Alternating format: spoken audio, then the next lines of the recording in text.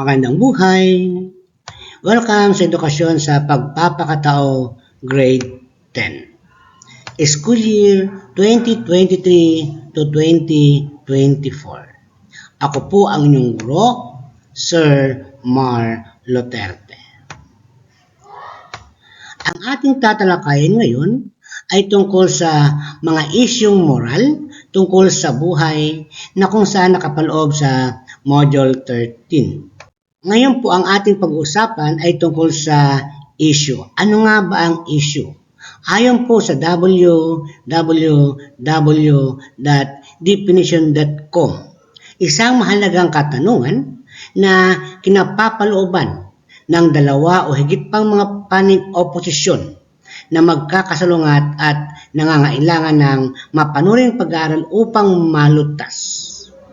Kung ating pong babalik tanawan, tayo po ay nilikha ng Diyos na kawangis niya sapagkat tayo po ay biniyayaan ng isip at kilos loob. Sa makatwid po, dapat ay meron tayong mabuting posisyon kaugnay sa mga issue. Sapagkat tayo po ay naniniwala na ang buhay na ipinagkaloob sa atin ay itinuturing na banal at sagrado. Ayon po sa aklat na Perspective, Current Issues and Values Education ni De Torre, ang buhay ng tao ay may tuturing na pangunahing pagpapahalaga. Ang isang tao ay hindi maaaring gumawa at mag-ambag sa lipunan kung wala siyang buhay. Ang isang tao ay dapat munang isilang upang mapaunlad ang kanyang sarili at makapaglingkod sa kapwa, pamayanan at bansa. Kaya kinakailangang isilang at mabuhay siya. Mga issue tungkol sa buhay. Una, ang paggamit ng ipinagbabawal na gamot. Ano nga ba ang ipinagbabawal na gamot?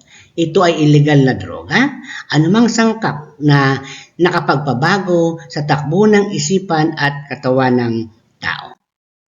Ang paggamit ng ipinagbabawal na gamot ay isang estadong psikiko or psychic o pisikal na pagdepende sa isang mapanganib na gamot na nangyayari matapos gumamit nito ng paulit-ulit at sa tuloy-tuloy na pagkakataon ayon kay Agapay 2017. Mga salik na nagtutulak sa tao na sumubok ng illegal na gamot. Una, peer pressure.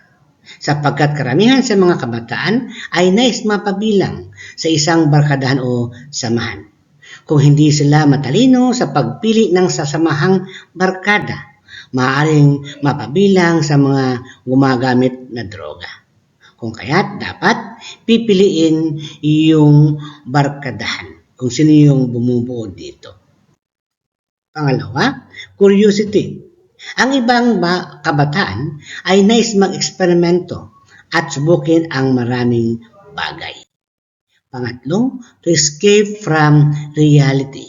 Ang ilan ay nagsasabing may mga problema sa kanilang pamilya at nais magrebelde, kung kaya't ginagamit nila ito upang ang kahihiyan ay matakpan at sakit na kailang nadarama. Mga ipinagbabawal na gamot na kadalasang ginagamit, marijuana, cocaine, shabu, heroin. Mga salik na pinagbabatayan kung ang tao ay lulong sa illegal na droga. Una, pananalita. Sasabihin nila, pare, nasa langit na ba ako? Parang lumilipad ako. Ang sarap ng feeling. Pangalawa, kilos. Minsan, naging bayolente. Parating aligaga, di malinaw na pagsasalita. Pangatlo, physical na anyo. Mapupula ang mga mata, payat, nagbabalat ang labi dahil sa droga. Ang isip ng tao ay nagiging blank spot, kung kaya't nahihirapan ng isip na iproseso ang iba't ibang impormasyon na dumadaloy. Alkoholismo. Hindi lamang po droga ang nakaka-addict kundi maging ang alak. Ang sobrang pag-inom nito ay kung tawagin alkoholismo, na kung saan narito yung masamang epekto ng alak o alcohol sa tao. Una, nagpapahina sa kanyang enerhiya, nagpapabagal ng pag-iisip at sumisira sa kanyang kapasidad na maging malikhain. Naapektuhan ang operasyon ng isip at kilos-loob na nagiging dahilan kung bakit nakagagawa ng mga bagay na di inaasahan. Pakikipag-away sa kapwa, may masamang epekto sa kalusugan. Ang pag-inom ng alak ay hindi masama kung pairalin lamang ang pagtitimpi at disiplina. Ika nga, drink moderately. Abortion. Paglalaglag, pag-alis ng isang fetus o sanggol sa sinapupunan ng ina. Sa ilang mga bansa, ang abortion ay itinuturing na isang lehitimong paraan upang kontrolin o pigilin ang paglaki ng pamilya o populasyon. Ngunit sa Pilipinas ay itinuturing itong isang krimen ayon kay Agapay noong 2007. Pangunahing katanungan ukol sa abortion. Makatwiran ba ang abortion o pagpapalaglag? May tuturing ba na tao ang sanggol sa sinapupunan ng ina? Pangatlo, siya ba ay nagtataglay na ng mga kapakanang moral at mga legal na karapatan na dapat pangalagaan? Pang-apat, paano naman ang kapakanang moral at karapatan ng ina? So yun po yung ating dapat isasaalang-alang. Kung kaya't, nandiyan po yung mga pamantayan na maaaring sumuporta. Nandiyan yung pro-life na kung saan ang sanggol ay tinuturing na isang tao mula sa sandali ng paglilihi. Kung kaya't, ang pagpapalaglag ay may tuturing na isang krimen. Pangalawa, kung ang pagbubuntis ay resulta ng kapabayaan, dapat harapin ng ina ang kahihinatnan neto. Kasi kung halimbawa yung mag-asawa ay hindi pa handa na magbuntis, so dapat sila ay nag-iingat. Pangatlo, kung magiging katanggap-tanggap sa lipunan, ang abortion, maaaring gamitin ito ng mga tao bilang regular na paraan para hindi ituloy ang pagbubuntis. Pang-apat, ang lahat ng sanggol ay may mahusay na potensyal. Bawat isa na ipinapalaglag ay maaaring lumaki at maging kapakipakinabang sa lipunan o sa buong mundo. Panglima, maraming relihiyon ang hindi nag-endorso ng pagpapalaglag o ilang paraan ng birth control dahil sa paniniwalang ang pakikipagtalik ay para sa layuning pagpaparami o procreation lamang.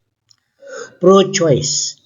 Number 1, ang bawat batang isinisilang sa mundo ay dapat mahalin, alagaan. Ang tamang pagpaplano ay nagdudulot ng mas magandang buhay para sa mga bata. Pangalawa, ang fetus ay hindi pa maituturing na isang ganap na tao dahil wala pa itong kakayahang mabuhay sa labas ng bahay bata ng kanyang ina. May karapatan ng ina na magpasya para sa sariling katawan. Pangatlo, sa mga kasong rape at incest, ang sanggol ay maaaring maging tagapagpaalala sa babae ng trauma na kanyang naranasan. Pang-apat, kung sakaling ituloy ang pagbubuntis, maaaring mauwi sa bahay ampunan ang bata na kulang sa kapasidad upang maibigay ang pangunahing pangailangan nito. Panglima, ang abortion sa pangkalahatan ay ligtas na pamamaraan, mas mababa pa sa 1% ng mga abortion na ginagawa bago ang ika-21 na linggo ng pagbubuntis. Ang resulta ng mga pangunahing komplikasyon tulad ng pagdurugo o impeksyon. Dalawang uri ng abortion. Una, kusa or miscarriage. Pagkawala ng isang sanggol bago ang ika-20 linggo ng pagbubuntis. Ito ay natural na pangyayari at hindi ginamitan ng medical o artificial na pamamaraan. Pangalawa, sa pilitan or induced. Pagwawakas ng pagbubuntis at pagpapalis ng isang sanggol sa pamamagitan ng pag-opera o pagpapainom ng mga gamot. Ang prinsipyo ng double effect. Ayon kay Santo Tomas de Aquino, may mga oras kung kailan ang isang kilos na nararapat gawin ay maaring magdala ng mabuti at masamang epekto. Bilang resulta, nagkakaroon ng isang problemang etikal. Maaaring pumili ng isang kilos na magdudulot ng masamang epekto kung matutugunan ang sumusunod na 4 na kondisyon. Una, ang layunin ng kilos ay nararapat na mabuti. Hindi kailanman maging mabuti ang pumatay ng inosenteng sanggol. Ngayon man, maaaring gamitin ang prinsipyo ng double effect sa sitwasyon ng isang ina na may karamdaman at nararapat alisin ang bahay bata upang sagipin ang kanyang buhay, kahit maaari itong maging dahilan ng pagkamatay ng kanyang anak.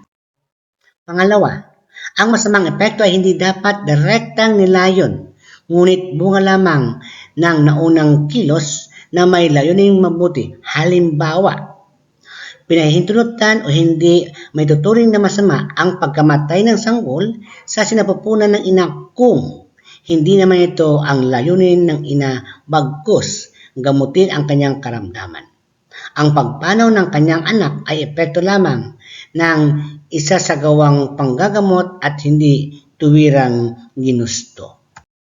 Pangatlo, ang mabuting layunin ay hindi dapat makuha sa pamamagitan ng masamang pamamaraan. Halimbawa, sa isyu ng abortion, ang kamatayan ng hindi pa isinisilang na sanggol ay hindi maaaring gamitin bilang isang paraan ng paglilimita ng paglaki ng pamilya. Pang-apat, kinakailangan ang pagkakaroon ng mabigat at makatwirang dahilan upang maging katanggap-tanggap ang masamang epekto. Sa kaso ng abortion, hindi masasabing makatwiran kung ang gagamiting dahilan sa pagsasagawa nito ay ang pagpapanatili ng hubog ng katawan, pigilan ang kapanganakan ng mga batang may depekto o kahit paiwasan ang kahihiyan dahil ang pagbubuntis ay bunga ng masamang gawain. Pagpapatiwakal or suicide, sadyang pagkitil ng isang tao sa sariling buhay at naayon sa sariling kagustuhan. Dapat maliwanag na intensyon ang isang tao sa pagtatapos ng kanyang buhay bago ito may tuturing na isang gawain na pagpapatiwakal. Hindi mahalaga kung ano man ang piniling paraan hanggat naroon ang motibo. May mga tao na kahit tuwirang inilalagay ang kanyang sarili sa panganib, ito ay hindi may tuturing na kilos ng pagpapatiwakal sapagkat ihahain nila ang kanyang buhay sa matinding panganib para sa isang mas mataas na dahilan. Kung kaya't ito ay naging magiting na kilos ang mawala ng buhay sa pagtatangkang pangalagaan ang buhay ng iba. Bakit nga ba ang tao ay nagagawang magpatiwakal? Una, kawalan ng pag-asa, despair. Karaniwang dahilan ng pagpapatiwakal o pagkawala ng tiwala sa sarili at kapwa. Pagkawala ng paniniwala na may mas magandang bukas pang darating. Ayon sa Self-Mastery ni Eduardo A. Morato noong 2012, upang mapigilan ang kawalan ng pag-asa, kinakailangang mag-isip ang isang tao ng mga malalaking posibilidad at natatanging mga paraan upang harapin ang kanyang kinabukasan. Ang pananatili sa isang mahirap na sitwasyon ay mari lamang makaragdag sa kawalan ng pag-asa. Sa kabilang banda, hindi nararapat husgahan ang taong nagpapatiwakal. Maaaring wala sila sa tamang pag-iisip. Halimbawa, depresyon sa oras na ginawa nila iyon.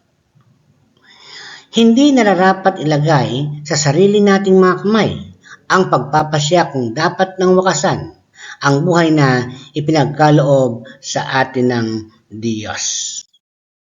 Upang makaiwas sa depresyon at hindi mawala ng pag-asa, ito yung ating mga hakbang na dapat gagawin. Una, maging positibo sa buhay.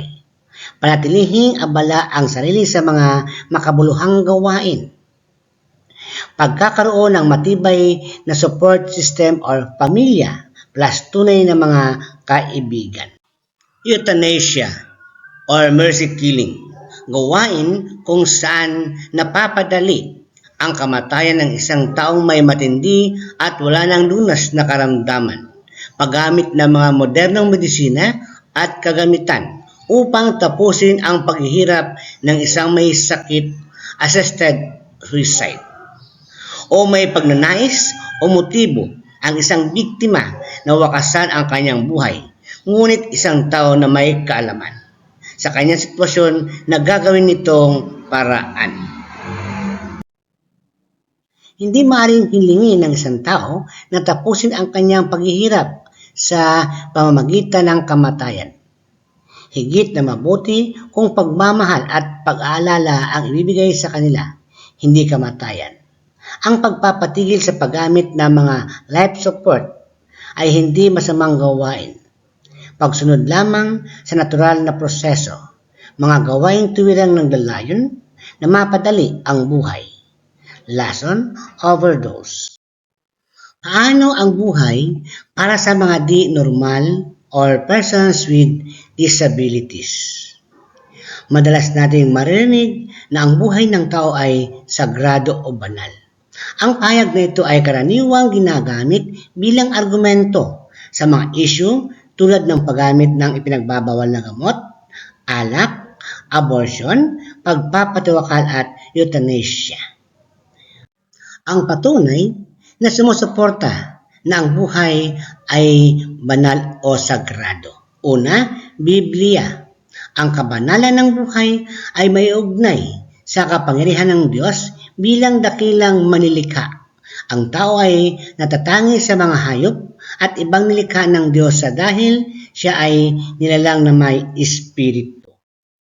Ang buhay ng tao ay napakahalaga kahit na ang mga pinakamayhina at madaling matukso, may mga sakit, matatanda, mga hindi pa sinisilang at mahirap, ay mga obra ng Diyos na ginawa sa sarili niyang imahe, laan upang mabuhay magpakailanman at karapat-dapat ng mataas na paggalang at respeto ayon kay Papa Francis ng Roma.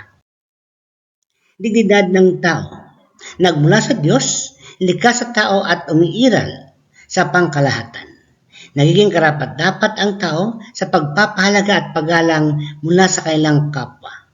Lahat ng tao, kahit iyong isinilang na may kapansanan, pisikal o sa pag-iisip, may karapatang mabuhay at bigyan ng paggalang. Bawat isa sa atin, normal man o hindi, ay maaring makapagbigay ng kontribusyon at makapag-ambag sa pagbabago ng lipunan. Sa pananaw ng iba't ibang mga relihiyon, ang buhay ay sagrado. Ito ay kaloob mula sa Diyos. Itinuturing na maling gawain ang hindi paggalang sa kabanalan ng buhay dahil ito ay indikasyon ng kawalan ng pasasalamat at pagkilala sa kapangyarihan ng Diyos. Upang matasa ang inyong kaalaman kaugnay sa ating tinalakay na aralin, sagutin ang tayahin ang iyong pag-unawa at ilalagay sa isang buong papel. Number 1. Ano ang kahulugan ng issue? Pangalawa, paano naiiba ang buhay na ipinagkaloob sa tao kung ikukumpara sa buhay ng ibang nilikha? Pangatlo, paano nakakaapekto sa ating isip at kilos-loob ang paggamit ng ipinagbabawal na gamot at alkohol? Maraming salamat